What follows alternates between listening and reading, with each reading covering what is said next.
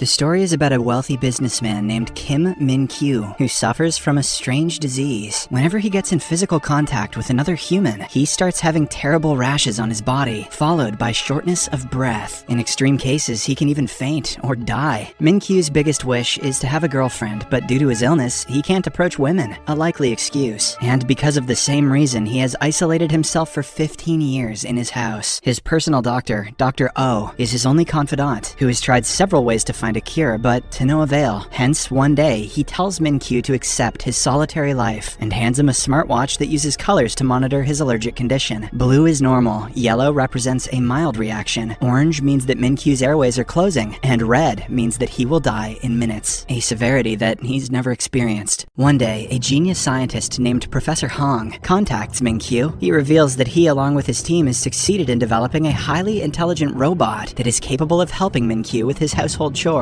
And since she's not a human, she will not cause any harm to him. The cost for this robot is 100 billion won. 100 billion. Min-kyu feels like this is a scam, but out of curiosity, he goes to the lab to meet with Professor Hong. And as soon as he reaches there, he is welcomed by a robot that looks exactly like a beautiful woman. She introduces herself as Aji 3, a highly advanced AI robot created by Professor Hong. Min-kyu is stunned by her appearance, and when he touches her, there is no abnormal change in him. Excited by this new discovery, he immediately expresses his desire to buy Aji 3 and even invests funds in the project. But first, he wants to test the robot tomorrow. Unfortunately, that night at the lab, disaster strikes. One of Professor Hong's team members clumsily spills a droplet of soda in Aji 3's core processor, causing it to short circuit. The professor and the rest of the team are devastated, as it may take several days to repair the robot, and since their deal can be cancelled if Aji 3 is not delivered to Min-kyu the following day, Professor Wong is forced to think of a new plan. He remembers that his ex-girlfriend, Ji-ah, who is revealed to be the prototype of the robot Aji 3. Since Wong built the robot exactly like her, he goes to meet her. Both of them have an awkward reunion, and realizing that Ji-ah is experiencing financial difficulty, he offers her a salary of 10 million won if she agrees to disguise herself as Aji 3 for one day. Ji-ah doesn't want to do a favor for her ex, but since she's in dire need of money, she agrees to the offer. Following this, Professor Wong takes Ji-ah to his lab and shows her the robot. Then all the scientists team up and help her disguise like Aji 3. They fit armor in her body, put a new wig on her head, and even give her contact lenses. These lenses will actually function as cameras, which will help the professor and his team monitor everything via the real Aji 3 robot. They can also send instructions, which Ji-ah will receive from her lens in the form of text or videos. The next day, Ji-ah is sent to Min-kyu's house as scheduled, but when he opens the box, she jumps back in surprise. It turns out that she has met him previously when she worked as a food delivery girl. The experience was very bad, as Min-kyu tried leaving without paying her, but in reality, he was just trying to avoid physical contact with her, a likely excuse. Taken aback, Min-kyu immediately calls the professor and demands to know what's going on. Fortunately, the latter makes up a story that Aji 3 has two modes, operational and friend mode. Operational mode is where she acts professional, while in friend mode, she acts more like a human. The robot is now in friend mode, but it can be changed to operational mode by pressing the reset button. The naive Min-kyu immediately believes this and presses the button behind the robot's neck to reboot. After Ji-ah returns to normal, Min-kyu decides to conduct an intelligence test on her. Just then, the lab power gets cut off, resulting in Ji-ah losing total connection to the Aji 3 system. Now she has to rely on herself, but her IQ is only 94. At first, Ji-ah is asked to unlock a box whose password can only be found by solving a complex calculus within 3 minutes. Obviously, she doesn't know calculus, so she simply breaks the box open, which takes Min-kyu by surprise. Then she is asked to peel an egg without using tools within 10 seconds. Having worked in restaurants previously, she easily completes this task. Min-kyu is really impressed, so he praises the robot for being smart and creative. Ji-ah, who has never been praised for being smart, gently smiles. Meanwhile, the lab electricity also comes back on, but when they connect to Ji-ah's lenses, they are shocked to see her yelling at Min-kyu. She's accusing him of being a pervert. It turns out that Ji-ah is outraged to find him staring at her chest, which he notes is bigger than it was the day before. He wants to open her up to check the battery pack and extends his hand to her chest. A likely excuse. The professor drops to his knees in horror and is barely able to answer when Min-kyu phones. "Who are you trying to deceive right now?" Min-kyu demands. But they're relieved when he actually only accuses them of using cheap batteries, making Aji-3's chest swell up. Hong stutters for a while and lies that he simply upgraded Aji-3's battery pack. He also warns Min-Kyu to not touch her chest. Just don't do that. After hanging up, Min-Kyu proceeds to have his medicine, but he suddenly chokes. He drops on the floor and starts to convulse. But fortunately, Jia helps him by patting his back. As Min-Kyu comes back to his senses, he stares at the robot with astonishment. When he inquires why she helped him without any orders, Jia replies that she can do many things. After this, the two have physical contact for the first time, but surprisingly, Min-Kyu does not experience any allergic reaction. Finally, at the end of the day, Jia is brought back to the lab. Professor Hong scolds her because she was almost exposed, but Jia is annoyed because she believes that she did a good job. Frustrated that she is never appreciated, she storms out of the place. Soon, the professor receives unpleasant news that the special part they'd ordered for Aji-3's repair was mistakenly sent to Africa, and it is now at least 2 weeks away. To make matters worse, Min-Kyu also calls him at that exact moment and reveals his desires to take Aji-3 for a month. He wants to,